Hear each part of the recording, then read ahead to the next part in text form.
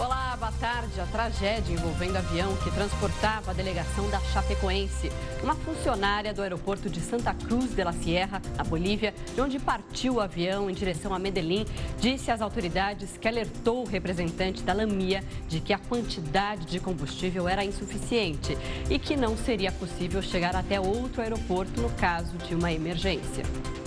Olá, boa tarde para você. Participe do Link Record News com mensagens de solidariedade às vítimas desse acidente. Para isso, entre nas redes sociais usando a hashtag Link Record News. Vamos agora a outros destaques desta tarde. Supremo Tribunal Federal julga neste momento. A Corte decide se recebe ou não a denúncia da Procuradoria-Geral da República. O senador é acusado de usar dinheiro de uma empreiteira para pagar a pensão da filha que teve com a jornalista Mônica Veloso. Vazamento das provas do Exame Nacional do Ensino Médio. A informação é do Ministério Público, que recebeu um relatório da Polícia Federal. A qualquer momento, o Procurador da República vai detalhar os desdobramentos desse caso. E no mercado financeiro, o principal índice da Bolsa de Valores de São Paulo opera em queda de quase 2%. Na direção contrária, o dólar dispara e passa e chega a R$ 3,46. Divida sua opinião com a gente, participe do nosso jornal, porque começa agora a segunda edição do Link Record News.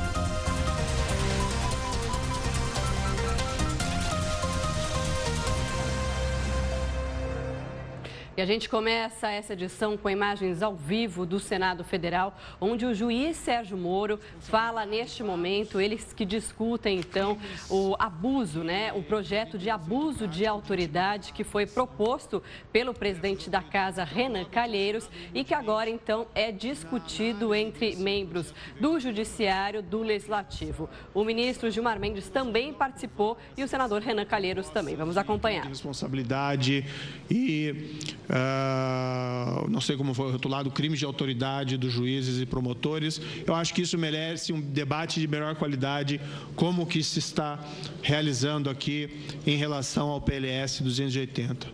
Com relação ao PLS 280, e aqui mais uma vez, isso não foi dito por mim, mas vários dos senhores senadores, de que há um apreço à Operação Lava Jato, que a Operação Lava Jato é sagrada. Eu rogo também aqui humildemente que ouça, então, a opinião de um dos juízes envolvidos, a minha opinião, que o projeto, se aprovado nos termos como está, independentemente das intenções, pode ter o efeito prático de intimidar agentes da lei envolvidos no seu cumprimento. Daí a necessidade de se aprimorar a redação com deliberação ponderada. Não sei se esse é o momento mais apropriado para esse tipo de deliberação apropriada.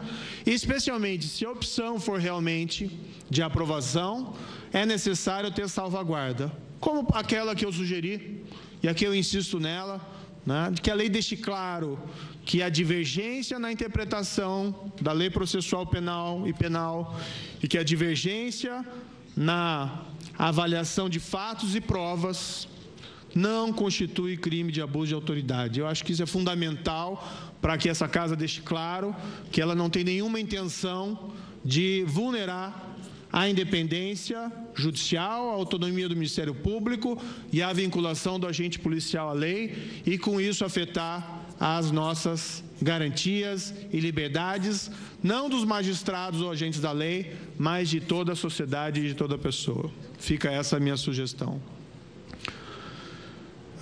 Por fim,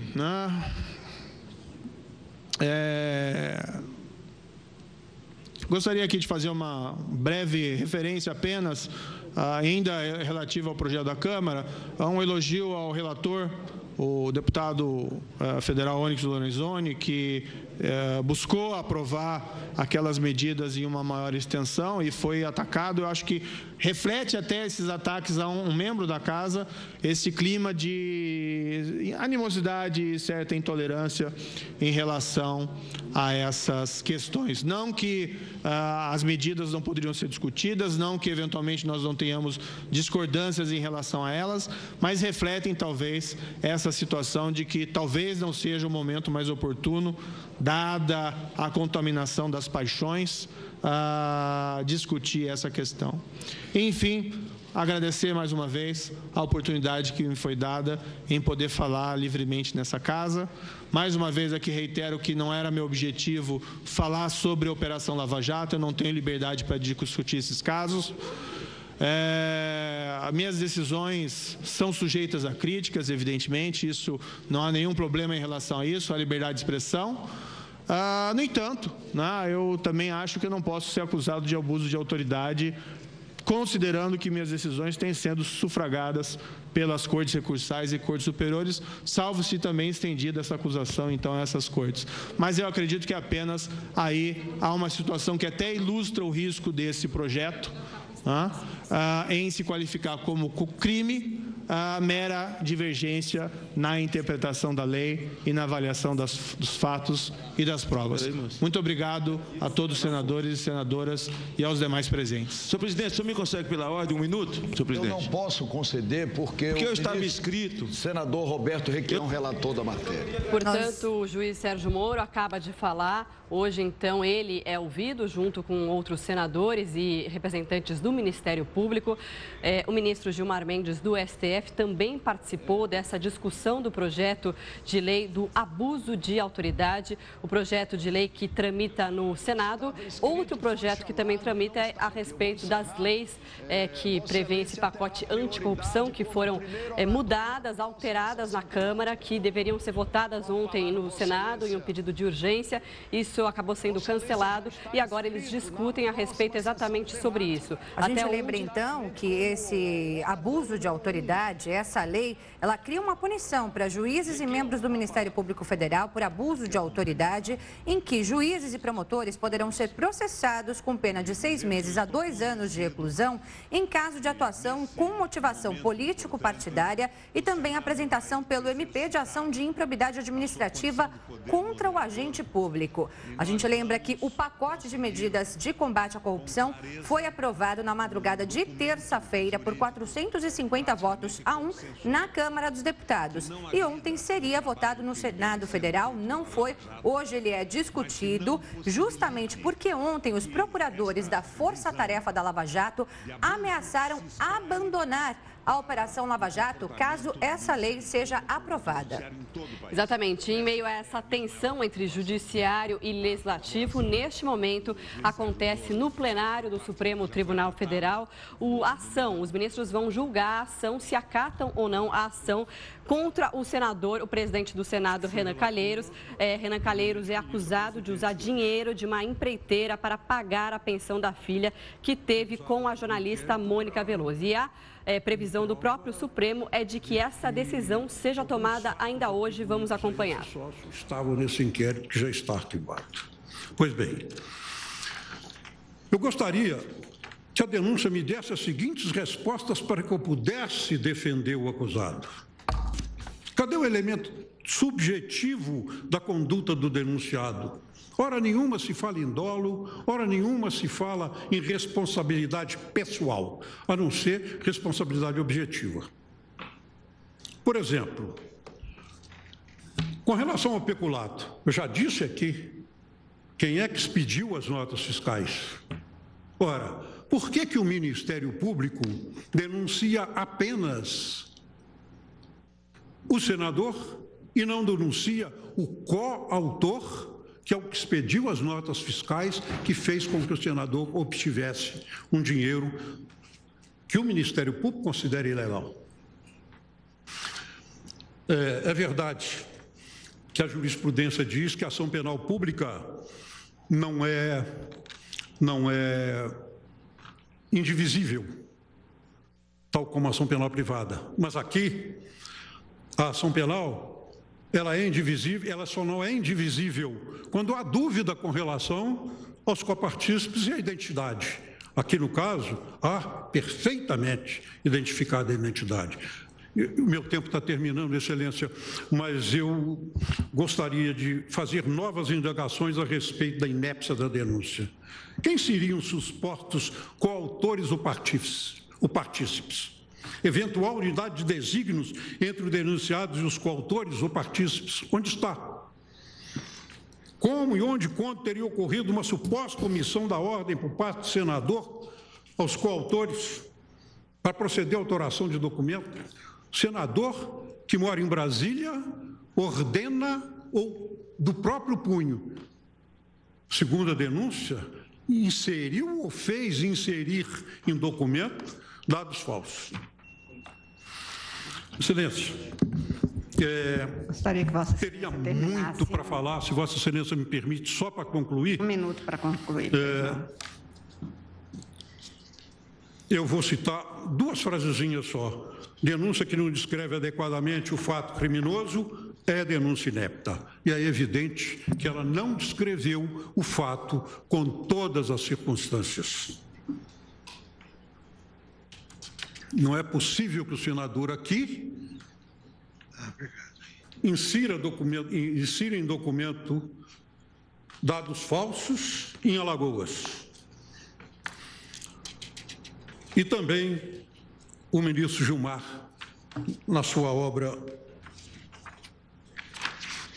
Direito Constitucional, curso de Direito Constitucional.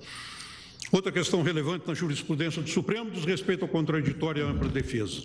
Exercício em face da denúncia genérica. Quem fala neste momento é Aristides Alvarenga, ele que é o advogado do presidente do Senado, Renan Calheiros. Renan Calheiros, então, que é acusado de usar dinheiro de uma empreiteira para pagar a pensão da filha que teve com a jornalista Mônica Veloso. Se essa denúncia for acolhida pelo Supremo, então o senador passa a responder pelas acusações de peculato, falsidade ideológica e uso de documento falso. A gente segue acompanhando esse julgamento que acontece no Supremo Tribunal Federal e volta a qualquer momento com mais informações.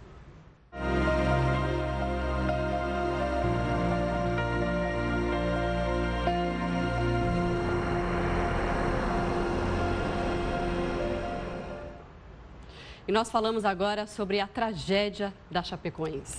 Mais uma vez, os torcedores lotaram as arquibancadas da Arena para fazerem uma vigília e também homenagear as vítimas da tragédia na Colômbia.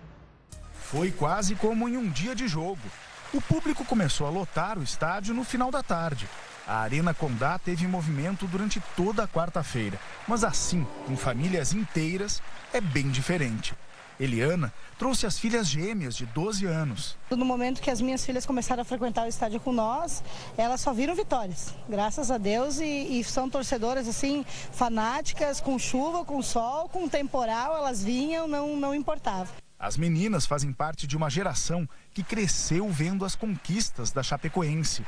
Todo mundo com a camisa da Chape, todo mundo comenta a vitória. E é muito.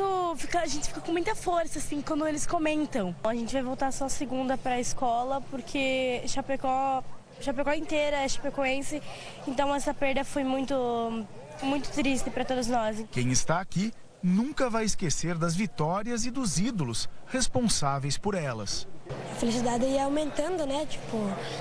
Era emoção demais, né? Quem eram os melhores jogadores para ti? Para mim era o Kempis e o Bruno Rangel. A arquibancada começou a encher de uma torcida apaixonada, que grita o nome dos jogadores e os hinos do time.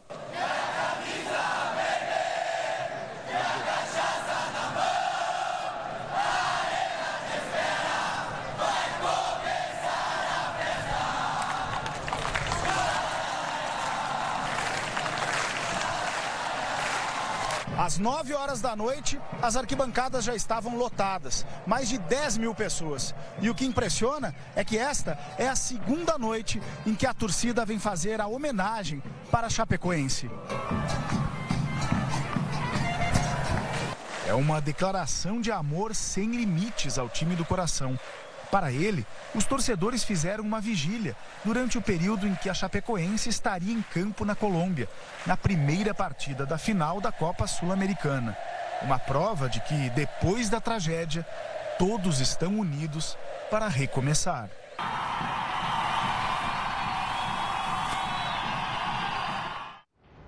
Bem, no momento em que o avião com a equipe da Chapecoense pedia autorização para pousar, outro voo teve prioridade por também apresentar um problema.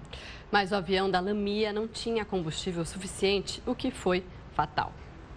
A imprensa colombiana divulgou a última conversa entre a torre de controle e o piloto, que informou pane elétrica e falta de combustível. Um copiloto da outra aeronave, que também se aproximava da pista em Medellín no momento do acidente, diz ter ouvido a conversa entre o piloto da Lamia e a torre. Juan Sebastiano Pegg, da empresa Avianca, disse nessa gravação que o piloto pediu prioridade para aterrissar.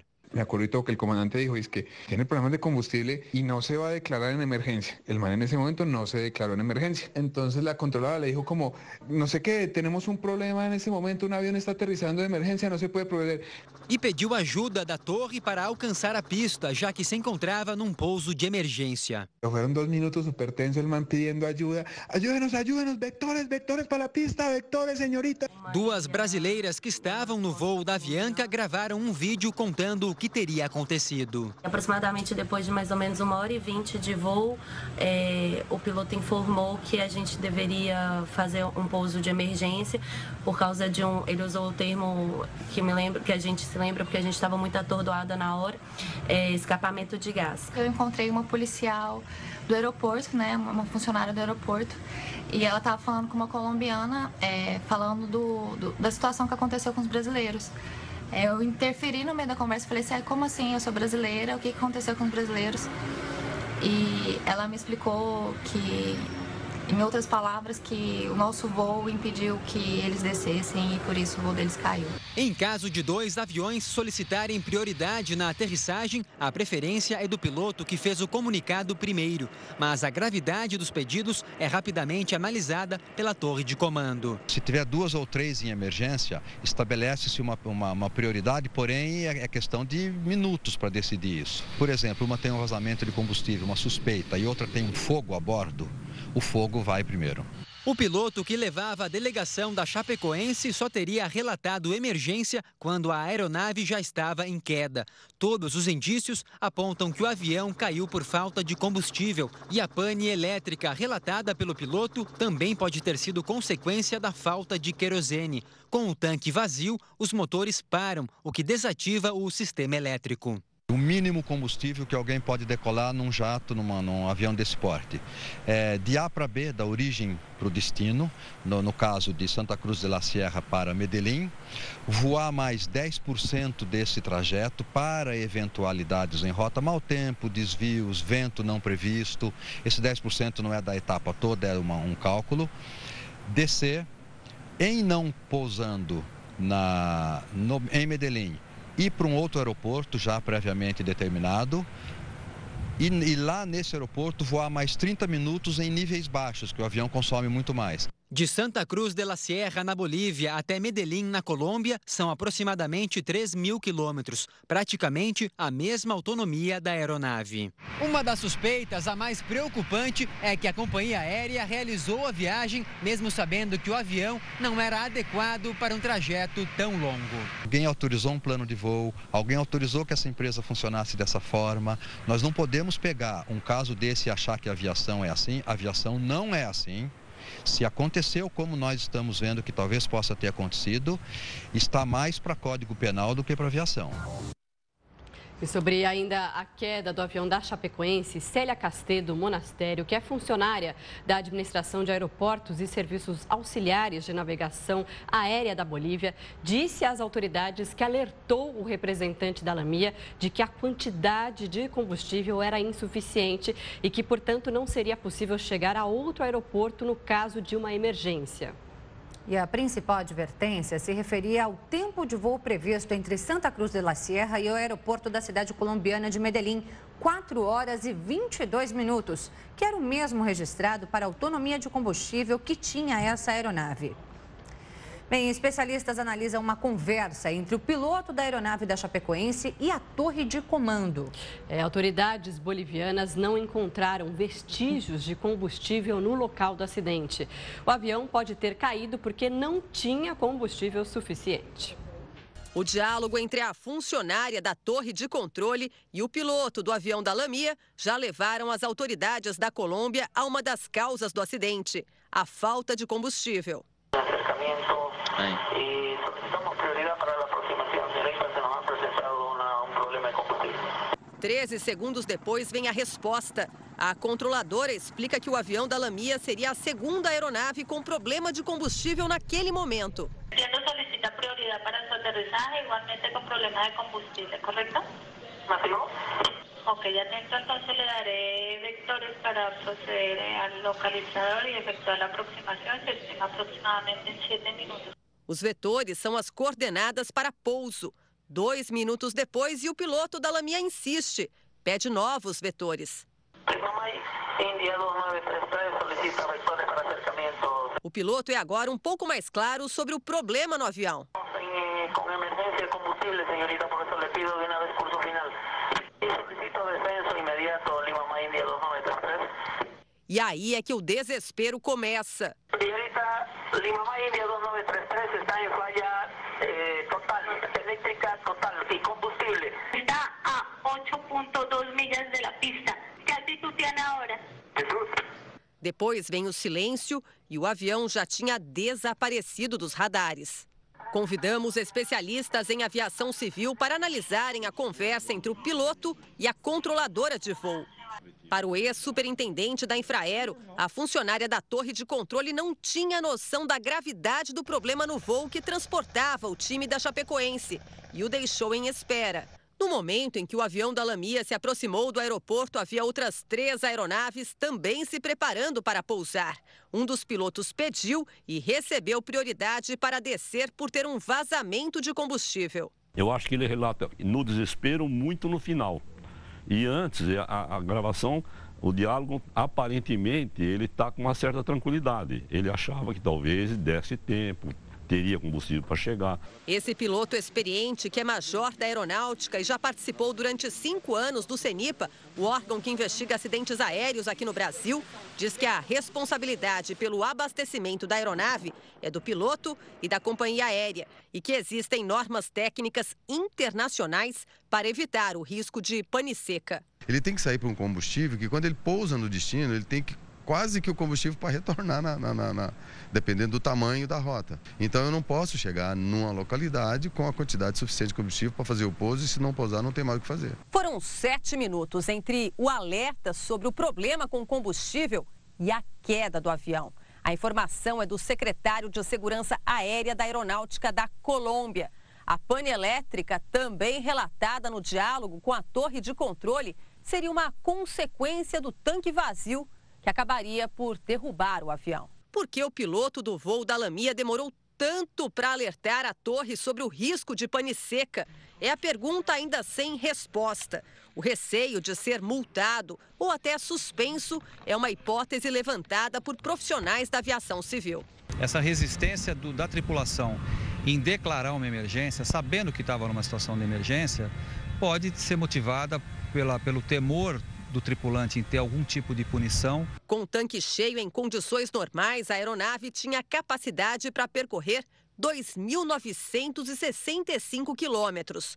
O trajeto entre Santa Cruz de la Sierra, na Bolívia, e Medellín, na Colômbia, tem 2.975 quilômetros em linha reta. Em entrevista a uma TV da Bolívia, o filho do copiloto Ovar Goitia declarou ao jornal El Deber que a aeronave partiu com um tanque cheio, algo incomum na aviação. Por causa de um atraso, a parada para reabastecimento foi cancelada. Eles não puderam aterrissar em Cobija, porque em Cobija não há operações noturnas, porque não há luzes na pista. Pela lei, todo avião deve voar com abastecimento suficiente para o aeroporto de destino. Ainda deve haver combustível na reserva para um segundo aeroporto como opção de pouso.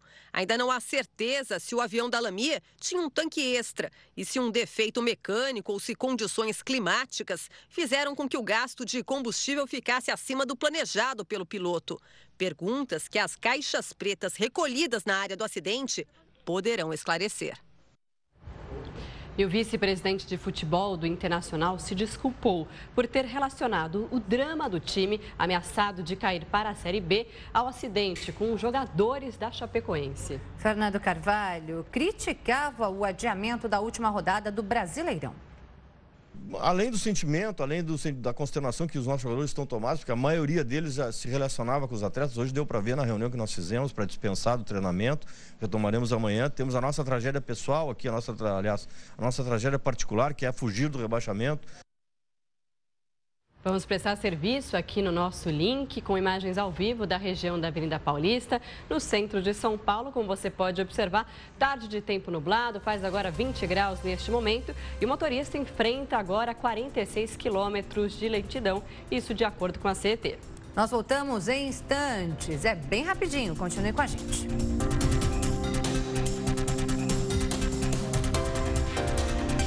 3h30 no horário de Brasília, Link Record News de volta com mais informações. De volta agora falando do Enem. O Ministério Público Federal recebeu o relatório da Polícia Federal que aponta que houve vazamento das provas do Exame Nacional do Ensino Médio. A Polícia Federal afirma que as provas do primeiro e também do segundo dia do exame, além da redação, vazaram antes do início da aplicação para pelo menos 2 candidatos. O procurador da República, Oscar Costa Filho, deve detalhar ainda nesta tarde os desdobramentos desse caso. E atenção, o Ministério Público Federal pede que as notas da redação não sejam utilizadas, pelo menos por enquanto. Nosso jornalismo segue acompanhando essa situação e volta a qualquer momento com mais informações. Bem, agora a gente abre espaço no nosso Link Record News para o nosso link direto de Miami, com as notícias dos brasileiros, de tudo que acontece por lá no turismo, no comportamento, na economia e também na saúde.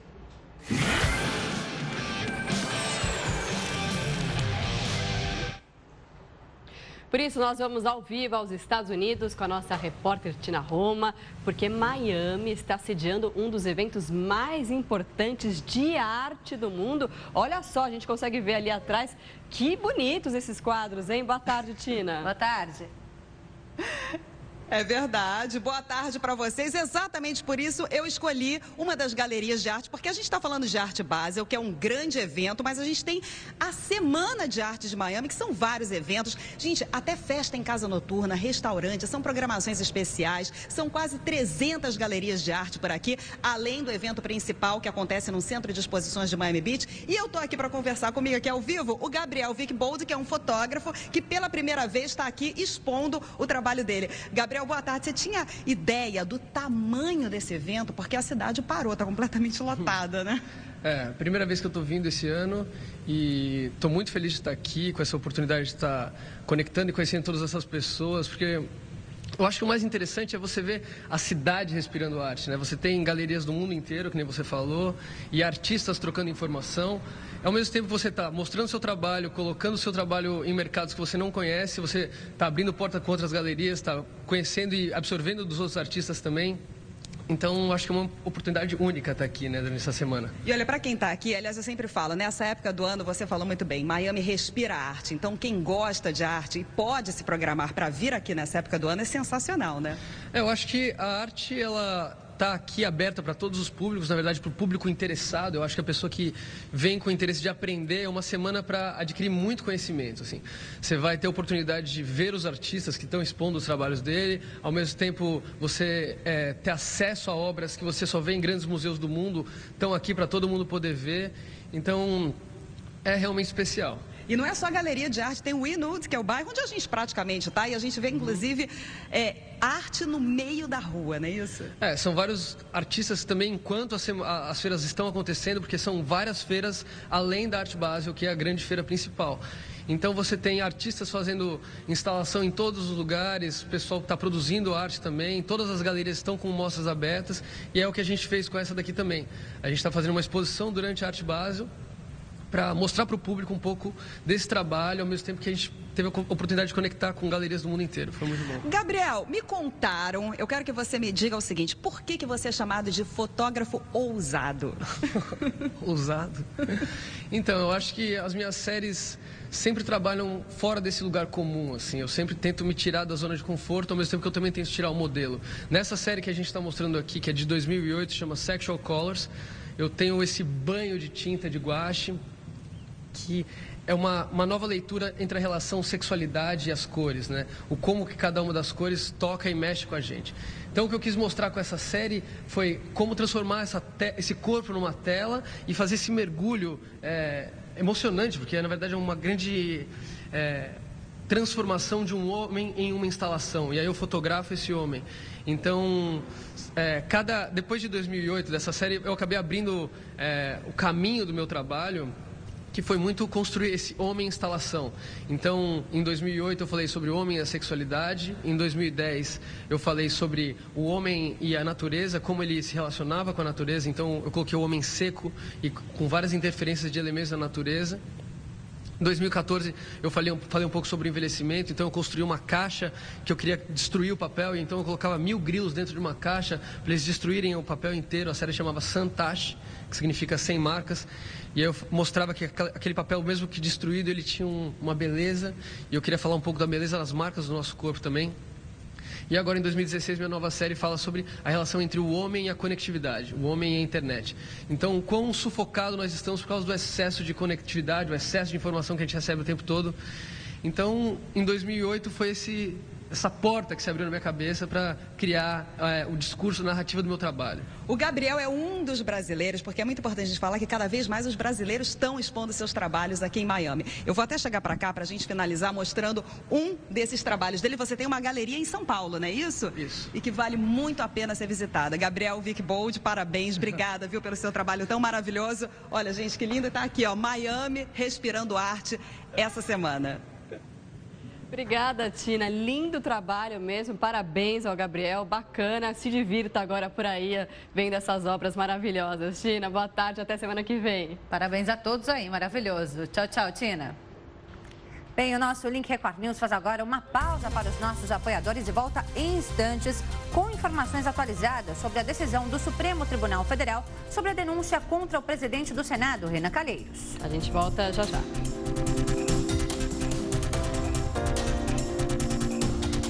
3h42 no horário de Brasília. Link Record News de volta agora com a sua participação.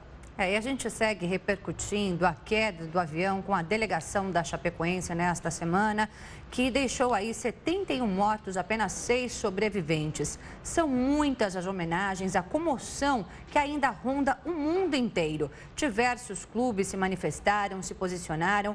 Ontem nós tivemos uma belíssima homenagem realizada pelo Clube Atlético de Medellín, lá na Colômbia. Eles fizeram uma super homenagem ali com todo mundo vestindo branco, com velas, teve uma missa, eles tocaram o hino brasileiro, fizeram uma super homenagem. Também teve homenagem aos mortos, às vítimas desse acidente lá em Chapecó. Isso tudo no mesmo horário em que aconteceria essa primeira partida da final da Copa Sul-Americana, ontem às 9h45 da noite, e todos estão se manifestando ainda sobre toda essa tragédia, muito comovidos, se solidarizando com as famílias das vítimas. E por isso, hoje, nós pedimos a você que nos envie mensagens de solidariedade a essas famílias pelo nosso WhatsApp, 11 95307 1851, ou então para as nossas redes sociais por meio da hashtag Link Record News. E nós já temos mensagens chegando.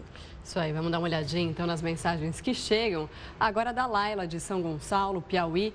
Que o Senhor conforte essas famílias nesse momento tão difícil. É isso aí, Laila. Obrigada pela sua participação e pela mensagem.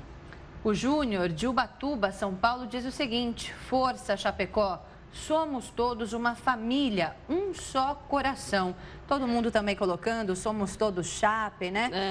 Realmente ontem, todo mundo muito unido, né? Você falava do estádio, né? E um momento bacana, marcante, foi de todo o estádio, né? Muita gente, do lado de fora, inclusive, cantando em coro, somos todos Chape. Então, muito bacana, né? Essa homenagem que a Bolívia fez, depois dessa tragédia. Você tem aí algumas imagens, inclusive, dessa homenagem que foi feita lá na Colômbia. Exatamente, ali as imagens verde, né, representando então as cores da Chapecoense. Ali o mascote, que fez muito sucesso. Aí já é a Arena Condá, né? As imagens de Chapecó, Santa Catarina. Aí sim, inclusive o mascote, né, que chamou muita atenção durante toda essa cobertura, que é o mascote do time da Chapecoense, ali vestido com penas de índio e tal, fazendo uma alusão ali à região que também, por causa disso, chama Arena Condá. E realmente foi um momento ali de muita emoção, todos os brasileiros repercutiram isso nas redes sociais, inclusive, que ficaram assim emocionados com a homenagem, com o tamanho do gesto que foi feito pela Colômbia. Brasileiros lotaram a Arena Condá aqui no Brasil, né, lá em Chapecó, Santa Catarina, com mensagens de força. Aí você já vê as imagens da Bolívia, as imagens da Colômbia, onde foi feita, então, esta homenagem, mais uma homenagem maravilhosa, uma homenagem belíssima que os colombianos fizeram aos brasileiros mortos neste acidente que aconteceu nesta semana, uma tragédia, a maior tragédia do esporte brasileiro. Você vê aí todos vestidos de branco, muito emocionados, fizeram uma missa, como eu disse, carregaram flores brancas, depois eles jogaram as pétalas dessas flores brancas por todo o gramado. Foi uma homenagem que realmente ficou marcada. Nós, brasileiros, nos sentimos com certeza abraçados pelos colombianos. Temos agora no nosso coração a Chapecoense como segundo time aqui no Brasil e com certeza temos como time estrangeiro o Atlético Nacional de Medellín. Legal, a gente não vai esquecer mesmo. E olha, agora mudando de assunto, a gente segue ao vivo para Brasília, onde o Supremo Tribunal Federal julga neste momento se acata ou não, então, a ação, a denúncia apresentada contra o presidente do Senado, Renan Calheiros. Ele que é acusado de usar dinheiro de uma empreiteira para pagar a pensão da filha que teve com a jornalista Mônica Veloso. Ele é acusado, então, se essa denúncia for aceita pelo Supremo, o senador passa a responder pelas acusações de peculato, falsidade ideológica e uso de documento falso e se tornaria réu. Vamos acompanhar que neste momento fala o relator Edson Fachin. Ele fala justamente sobre as acusações sobre falsidade ideológica de documentos. Diz que pediu esclarecimentos ao Ministério Público sobre quais documentos eram públicos e privados. Declaração de imposto de renda, recibo de compra, venda de gado, enfim. Vamos ouvi-los. Tais e tais aqui reproduzidos. Nas notas fiscais de produtor estão registradas vendas de 656 animais, mas de acordo com as GTAs, teriam sido transportados 963 animais. Além disso, considerando as informações de validade e de quantidade nas GTAs e as datas de saída de animais e de quantidade nas notas fiscais, os peritos encontraram correlação para apenas 311. Irregularidades semelhantes, isso são trechos da denúncia, foram encontrados nos documentos relativos ao exercício de 2006. O denunciado apresentou 50 GTAs e as notas fiscais, cujo número aqui consta, sendo que 19 GTAs continham informações da Fazenda Santa Bárbara de Ivanilda Calheiros. Nas notas fiscais de produtor estão registradas as vendas de 765 animais, mas de acordo com a GTAs teriam sido transportados 908 animais. Considerando as informações de validade e quantidade nas GTAs, as datas de saída dos animais e as quantidades nas notas fiscais, os peritos encontraram correlação apenas para 220 animais. Mais uma vez, diz a denúncia, a quantidade de animais e os valores informados nas notas fiscais, na declaração de renda e nos recibos emitidos pelos denunciados são divergentes. Continua a denúncia nessa linha. O laudo 2342 também analisou a evolução do rebanho bovino do senador, com base nas declarações de renda de cada ano, nas declarações de vacinação contra a febre aftosa, nas notas fiscais de produtor e nos recibos emitidos e constatou não ser possível concluir inequivocamente sobre a existência de gado, o número de reses e a evolução do rebanho devido à precariedade e inconsistência dos dados. Em síntese, isso está na denúncia. Apurou-se que Renan Calheiros não possuía recursos disponíveis para custear pagamentos feitos a Mônica Veloso no período de janeiro de 2004 a dezembro de 2006 e que fez inserir em documentos públicos e particulares informações das que deveriam ser escritas sobre seus ganhos com a atividade rural. Neste momento, então, fala o senador do caso, que julga se vai acatar ou não a denúncia contra o presidente do Senado, Renan Calheiros, o ministro Edson Fachin, então, agora elencando os motivos, né, que levariam a essa investigação. Renan poderia, então, se tornar réu caso o Supremo decida por acatar esse pedido de investigação. Lembrando que o Supremo, há cerca de um mês, não chegou a decidir sobre se poderia ter um réu na linha sucessória ou não. A maioria dos ministros, à época do julgamento, decidiu que não, que um réu não poderia seguir na linha sucessória da presidência da República, mas um pedido de vista, então, paralisou essa decisão. A gente segue acompanhando, a qualquer momento voltamos com mais informações. E agora a gente fala sobre o julgamento de Elise Matsunaga, que é acusada de matar e esquartejar o marido Marcos Matsunaga. A defesa dela pediu hoje a anulação do julgamento do caso, que foi iniciado na última segunda-feira. Essas são imagens ao vivo do Fórum da Barra Funda, Zona Oeste de São Paulo. Você acompanha comigo então o local onde Elise Matsunaga está sendo julgada ainda até o final dessa semana, pelo menos. Os advogados alegaram ao juiz que 2 testemunhas de acusação haviam conversado sobre o processo antes do depoimento no tribunal. O juiz, no entanto, rejeitou o pedido, afirmando não ter havido prejuízo ao processo. E agora a análise desse caso com o nosso comentarista de segurança, Renato Lombardi. Os técnicos ouvidos ontem, um médico legista, um policial e um perito, eles disseram que quando Elise Matsunaga esquartejou o marido, ele ainda estava vivo, depois de tomar um tiro na cabeça. A defesa alega que não. A defesa está tentando enveredar pelo chamado homicídio privilegiado. E o que é homicídio privilegiado? Homicídio é praticado sob forte emoção. Diante de tudo que ela disse, que o marido falou que ele iria ficar sem a filha, iria simplesmente ficar na sarjeta, iria deixá-la e ela voltaria para o lugar de onde ela tinha sido tirada, da prostituição. Mas a acusação já adota a postura contrária, adota a postura da premeditação, falando que ela premeditou o crime, que ela comprou a serra, que ela matou com um tiro depois de dominar o marido quando ele voltou com a pizza, que ela esquartejou e, inclusive, o Ministério Público, que também é da acusação, diz que ela teve a ajuda de uma outra pessoa. E ela diz que no depoimento que não, que ela simplesmente praticou o crime sozinha.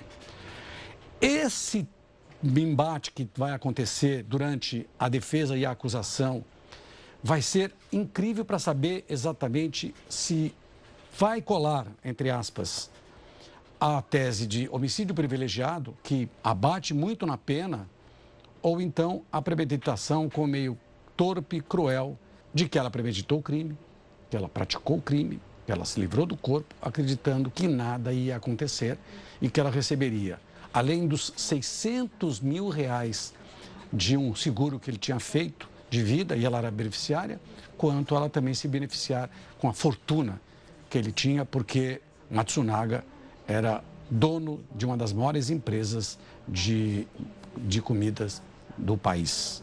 De qualquer forma, o julgamento deve terminar no final de semana, mas é emocionante, vai ser muito emocionante o debate entre a defesa e a acusação para saber quantos anos Elise Matsunaga vai ser condenada. E o Link Record News faz agora uma pausa para os nossos apoiadores. Nós voltamos já já mostrando um vídeo sobre o voo da Chapecoense e as novidades das redes sociais com a Débora Bresser. Continue com a gente.